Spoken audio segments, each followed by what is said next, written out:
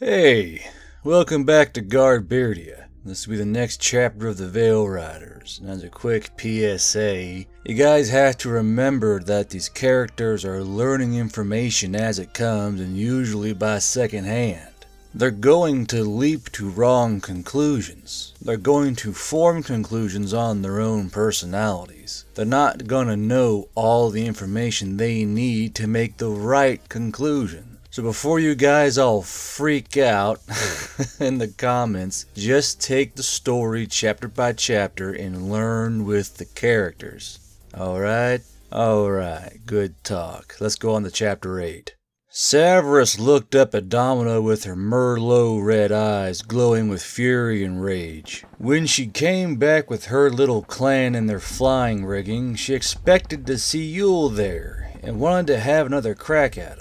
Instead, she was looking up at some other Terran who looked as done as he sounded when it came to the bird woman. Around the two, harpies walked to and fro, or were given satchels by veil riders who were more versed in the common tongue of the land, or were assisted by donated lesser boons of communication that didn't require, or didn't use, as much blood as the true translation amulets. What do you mean he's busy? I can smell him here.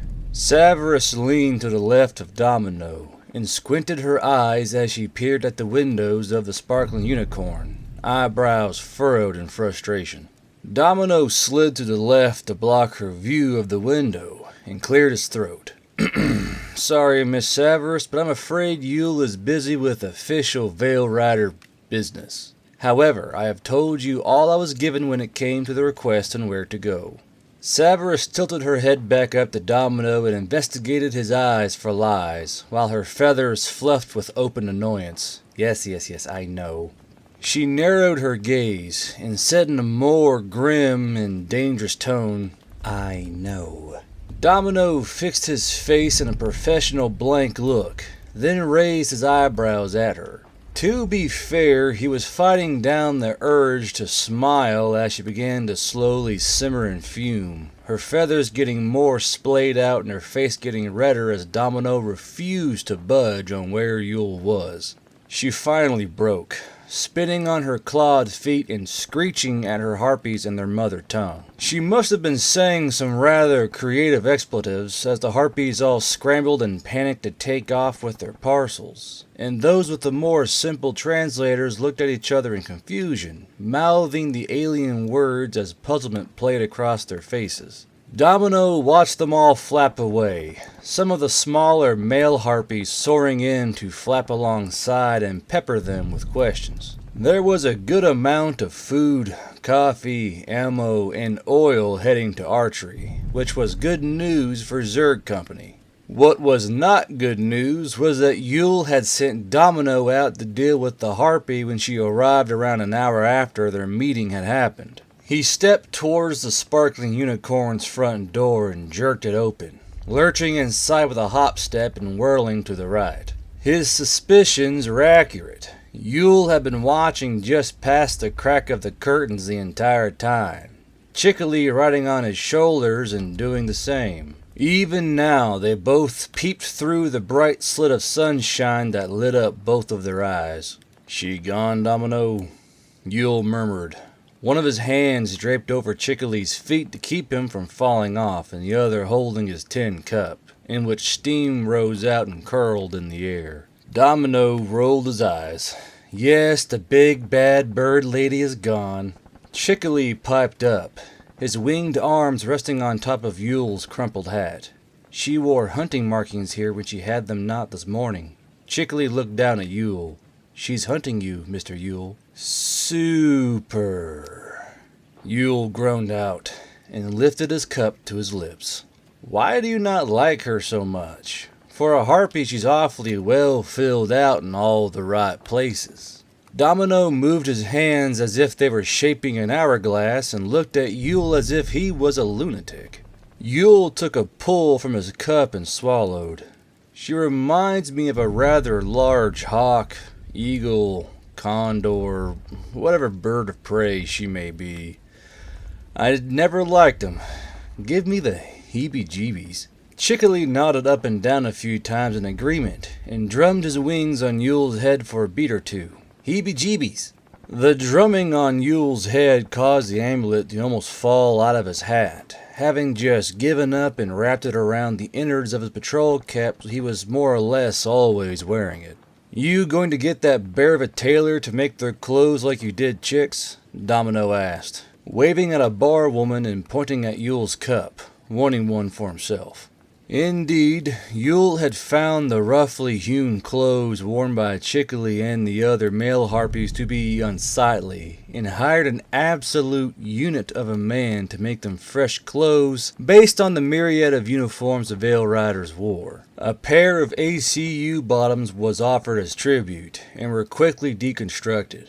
The person in question was just a quiet man that liked sewing and making clothes. Never mind the fact he was almost 7 feet tall and weighed as much as multiple Terrans due to his muscle mass. He was also distinctly bald, with a thick, black handlebar mustache that was always worked into fine points with wax. The Veil Riders called him Armstrong once they figured out his Veil name was Ermstronge, and he seemed to just shrug it off and take it as some kind of weird nickname or butchering of his real name. There were bets being taken that either his daddy liked him some giant muscle girls or his mama was a size queen. Either way, their offspring was a monster of an elf.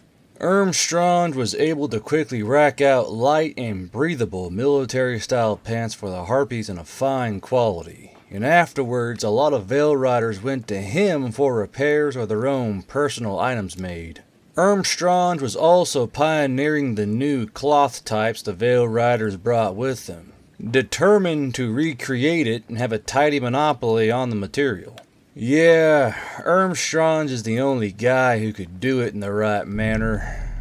Probably have to funnel a little money his way. Yule gave Chickily's pant leg a little tug to get his attention, and then lifted him up and off his shoulders, planting him on the ground with a soft click of avian nails. The Veil Riders had been making a tidy profit themselves, selling ideas of engineering and production to those who had the mind and resources to use them.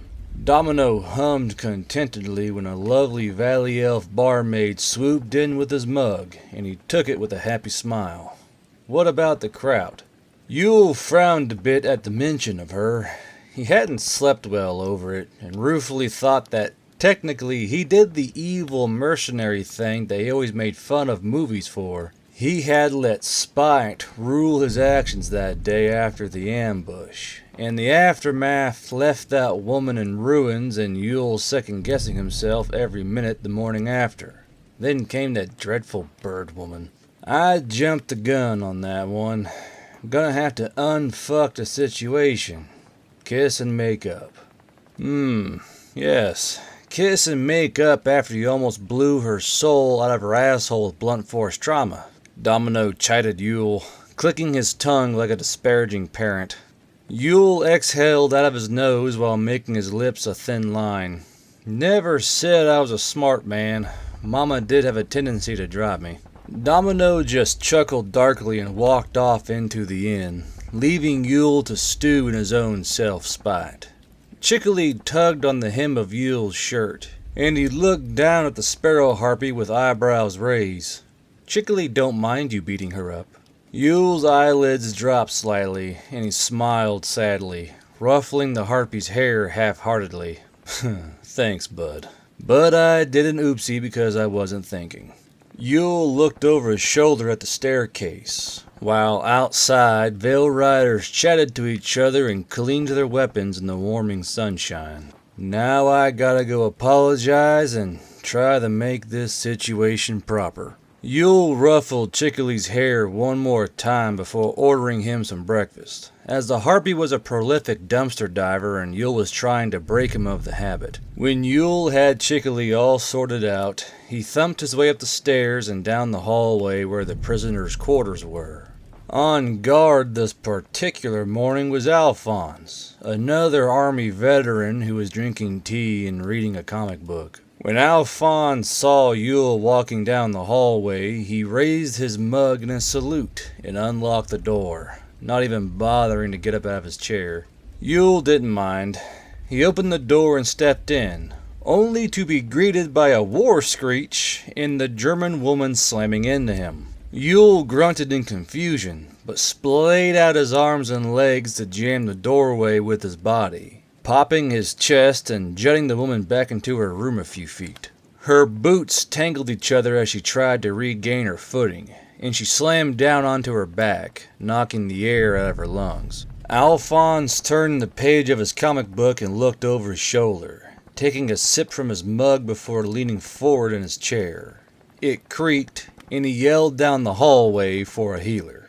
A hot pain was radiating from Yule's stomach, and he looked down to see a rough wooden shiv the size of a femur bone had been plunged into his belly. His body was still trying to figure out what exact flavor of pain this was, so the roar from the wound was still dulled as Yule dusted off his chest. Blood began to pour down his uniform top and onto his pant legs. He looked down at the woman who was gasping in lungfuls of air and trying to get onto her feet. "You know what? That's fair," he said through gritted teeth, and leaned down despite the shiv digging into his guts, offering her a hand to help her up. Yethis came skittering down the hallway and almost slid past the door as she put on the brakes, and Yule saw she had already sliced open her hand with a ragged cut. "Boss has been shanked," Alphonse stated flatly, and gestured with his mug at Yule, who had helped up the still heaving German woman and was now doing his best to apologize as human Kool-Aid soaked down onto his pants and boots. Yethis, seeing Yule bleeding out for the first time in her stint as his personal blood bank and dedicated medical bodyguard, fainted. Her body thudding to the ground caused the knife to clatter off the ground and cartwheel down the hallway a few feet, and her hand continued to bleed from its ragged cut. It could be called a stroke of luck that Erinda was professional enough to come running as well, despite Yethis having taken off at a sprint at the first call for a healer, and now saw both Yule bleeding from the stomach and Yethis passed out on the ground, bleeding all over the floorboards from her hand. Erinda, never one to pass up the chance for a quick spot of ill-timed humor, looked down at Alphonse as he brought up his translator to his forehead. "What chapter are you on, then?" "Bismarck called Montana a burger-eating monstrosity," Alphonse answered dryly, and flipped another page of his comic.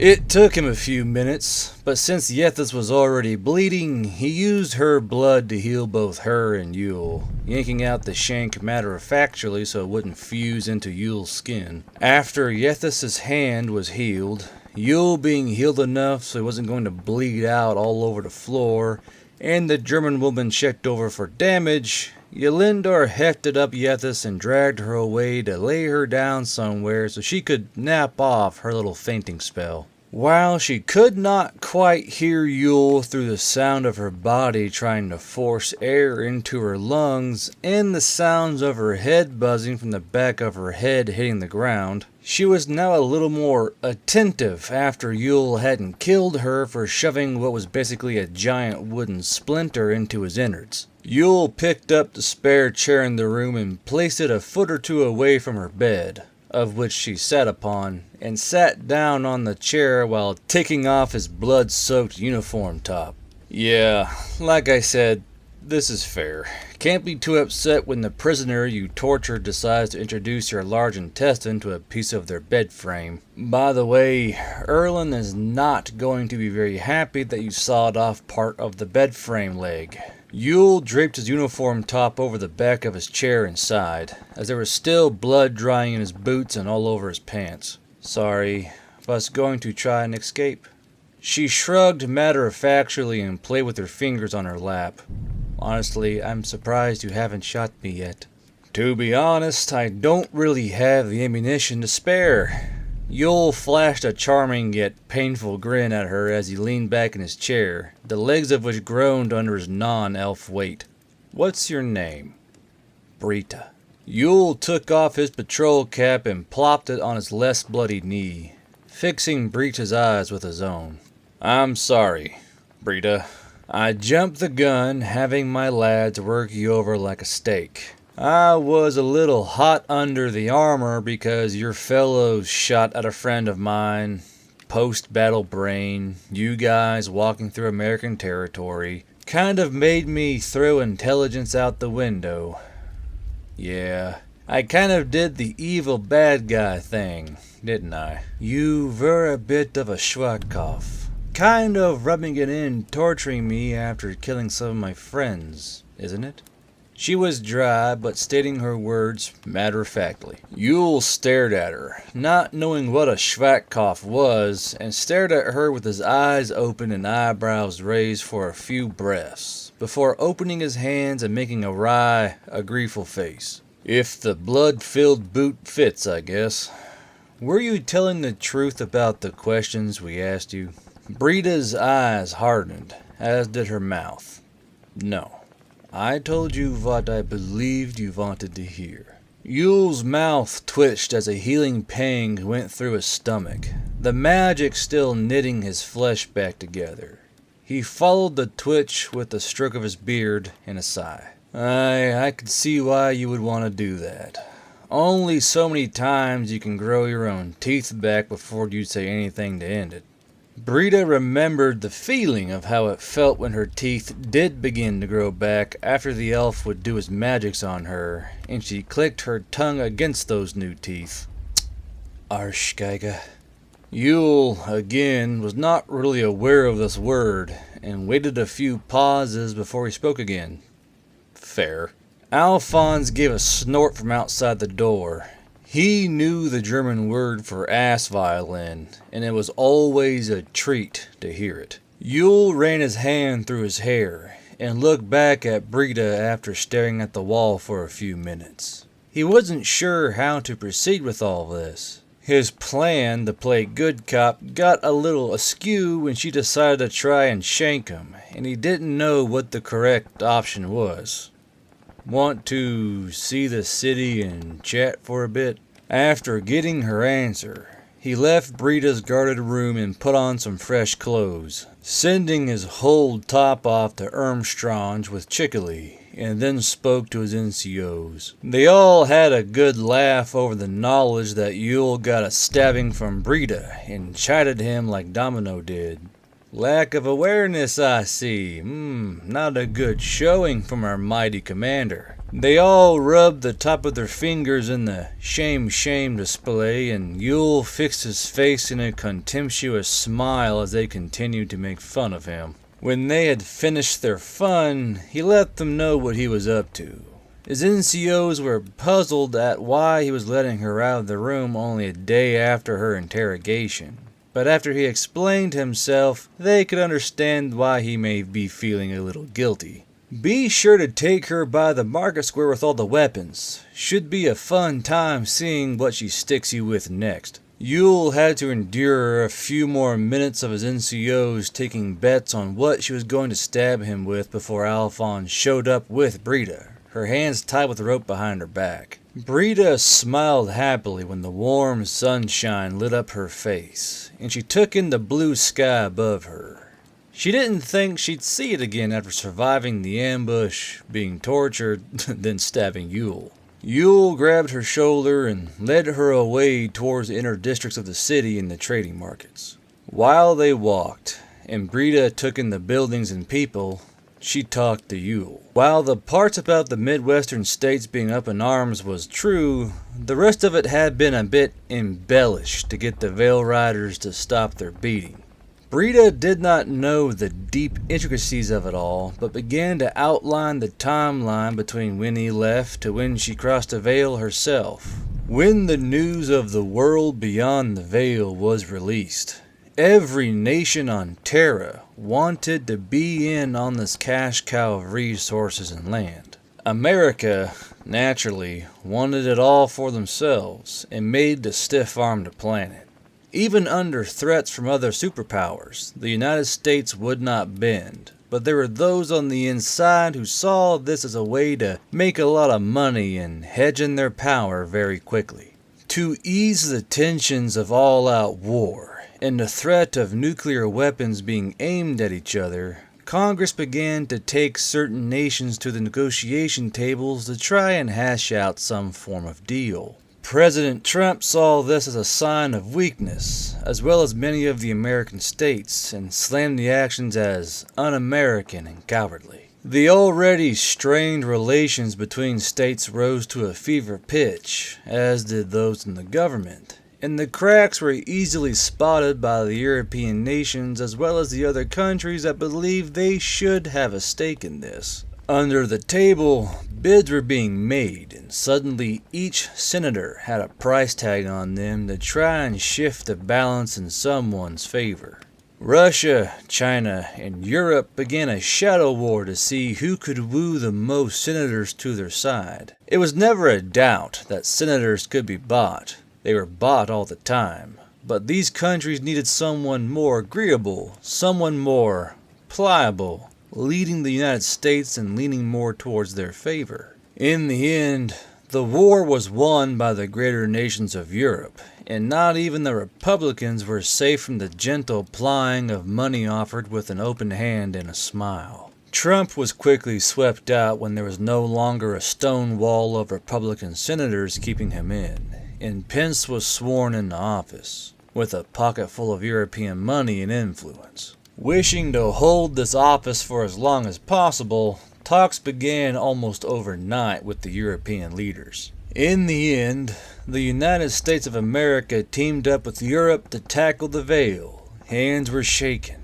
and suddenly, for the first time since the 1800s, the boots of European military personnel touched down on American soil en masse. The deal, as Brita was told, was that they would fly into an airport near the Veil and then truck over directly, enter the Veil, and follow their orders. When Brita and her comrade of many nations arrived, the Middle States of America were incensed and began drafting letters of succession as soon as it was confirmed that these people were in fact armed Europeans. Our plane even had bullet holes in it, from some of your people shooting at us with hunting rifles as we came into land. Brita mused, as she leaned over a stall that was selling apples so golden in color they almost looked metallic. Russia, China, and frankly, anyone else that was not in on the deal became soured by it, and were now putting pressure on both Europe at large and the United States for a slice of the pie, even going as far as leveraging debts or stolen national secrets for blackmail. While the East Coast could calm down a little with its military posturing, the West Coast bristled further. Alaska not having the amount of military hardware on it in these numbers since World War II. It's all a mess, really. Brita sighed, and squatted down on her heels to try and pet a cat that was curled up nearby. Yule saw this, and pulled out his knife. Brita stood up in alarm, but Yule just cut away her hand bitings. If she ran, she would not get far. He looked up to see a few harpies watching from the rooftops, and they had been shadowing them the entire time. He gave Eris a little wave before putting his knife away. What about that thing with the elves and such being another resource? Yule questioned, handing her some kind of meat that was grilled on a stick. Brita took the stick and eyed the meat thoughtfully. That is somewhat true, actually. A lot of us are not all right with the notion of enslaving mythical creatures, and we only learned this when we came across the Veil. These broody elves from the south have apparently allied themselves with us, and promised us so much land and magics as we need if we bring them the other elves. Their blood is better for magic, so they say. She took a bite of the meat and chewed softly, while petting the cat with her fingers idly. Chosen of Uthari or something. That's what they call themselves. Have command wrapped around their finger since showing them they could make stuff with the blood of the other elves. Yule thought back to that nice little village, and grimaced as he imagined them all being bled dry to make gold or whatever it was those creepy Uthari elves were doing. And you're okay with this? No.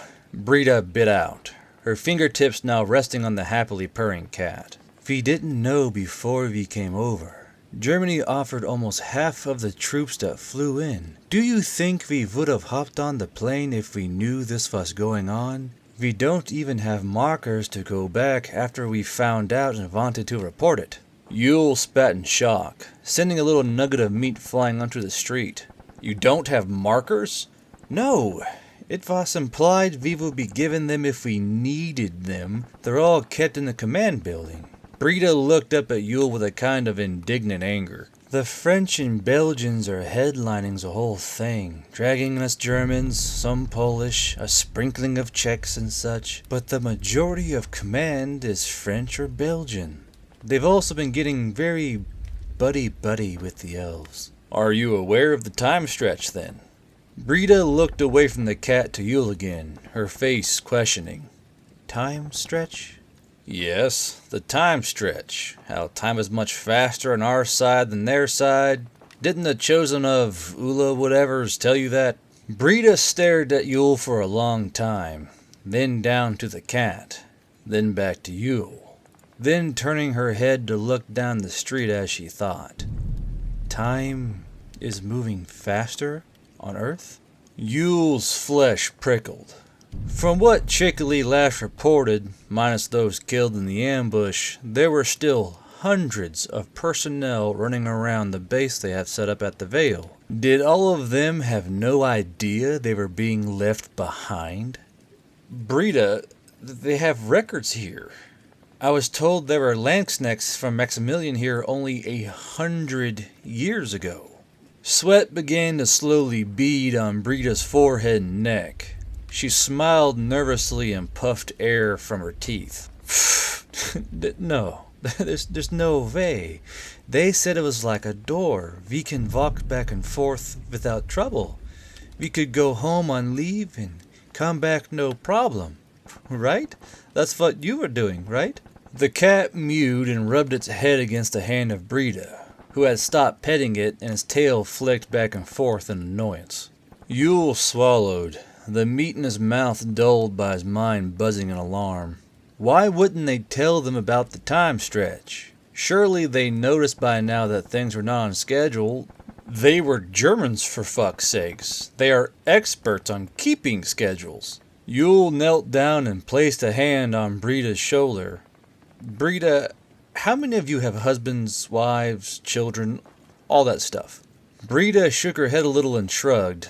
None of us. This was only offered to unmarried soldiers and volunteers. I mean, some of us have gotten a little friendly on this side with each other, but that's mostly out of boredom. You didn't think that odd? That they only took single folk and didn't even bother to give you markers so you can get back home? Let's forget about you using U.S. Army vehicles and all that shit. What else do you remember from your briefing? It was like any other mission or deployment, just a chance of unicorns and goblins. Brita began to look more worried. We were told there were a radical American militiamen on the other side, that they were killing anyone not American, that they were very dangerous, heavily armed, mentally unhinged, all of that, and that they were kill on sight. They also said you were abusing the locals and using them to your own gains, living amongst them under threat of death, and anyone who you allied with were to be treated the same. In this case, you were the terrorists in Afghanistan. It is only natural that the UN got involved as well to try and placate everyone. I'm still shocked to learn the whole thing actually started in San Francisco. Yule sighed and stood up. To be fair, they were right about a few of those. I did have your jaw broken several times. I did not enjoy that bit, no. I still think you're a bit of a fucking cockface. Yule shrugged. Fair. But none of this smells right. I can get a lot of it, but a lot of it is also highly sketch. Out of curiosity, how many of your fellows would want to, defect after learning a little bit more of what's going on there? A sardonic grin played upon her lips as she began to let the cat nibble on the meat, slowly turning the stick in her hand. The chosen of Uthari remind us too much of our past histories.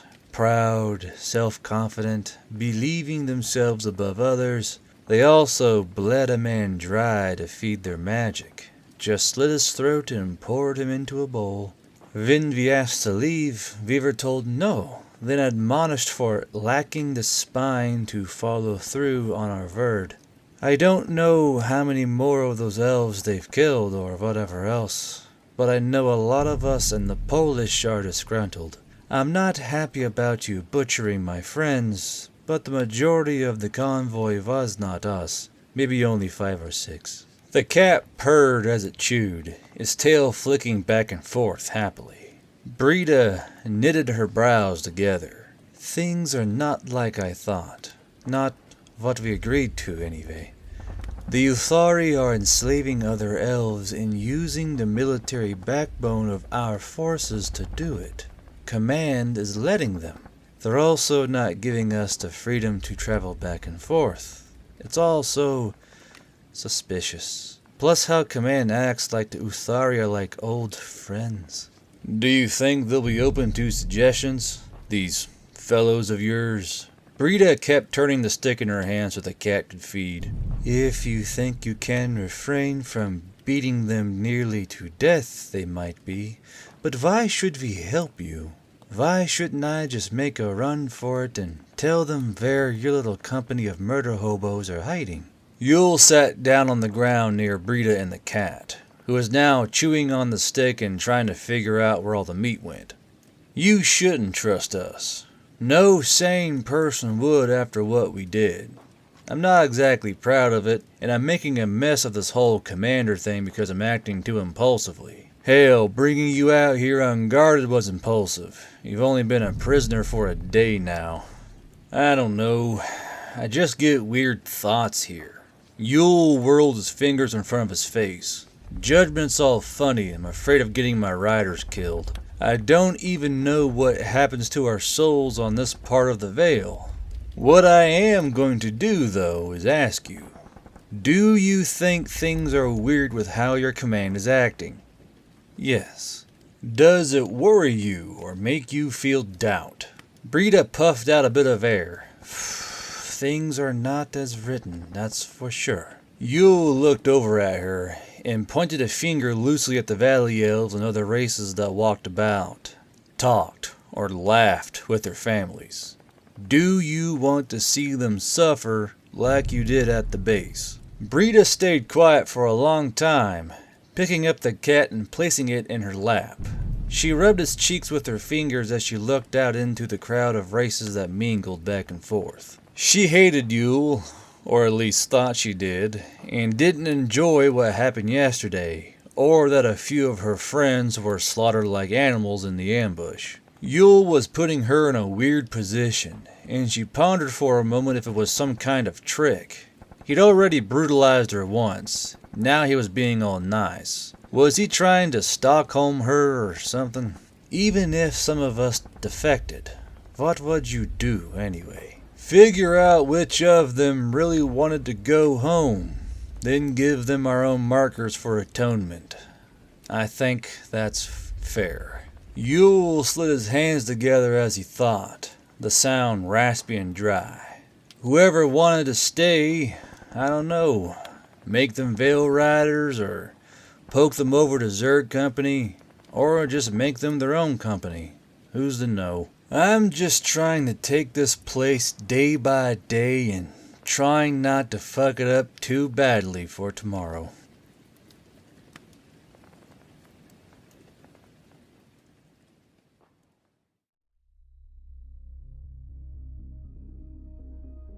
And that's the end of Chapter 8 of this Veil Rider series. Chapter 9 to come later on in the week, hopefully. If you enjoyed this story and others like them, be sure to like and subscribe to Garbeardia and click the bell icon so you know when the video is released through the week. Additionally, stop on by Neckbeardia, even more stories there. After all, I'm the small fry here. Big Daddy Neckbeardia's got all the goods you need. And like I said before, have a little patience with the story, alright? It's developing. They're gonna find out things. Relationships be made. That kind of stuff. Have a little faith and patience, alright? But until I see you next time on this side of the veil, this has been Guard Bro, and I will see y'all next time.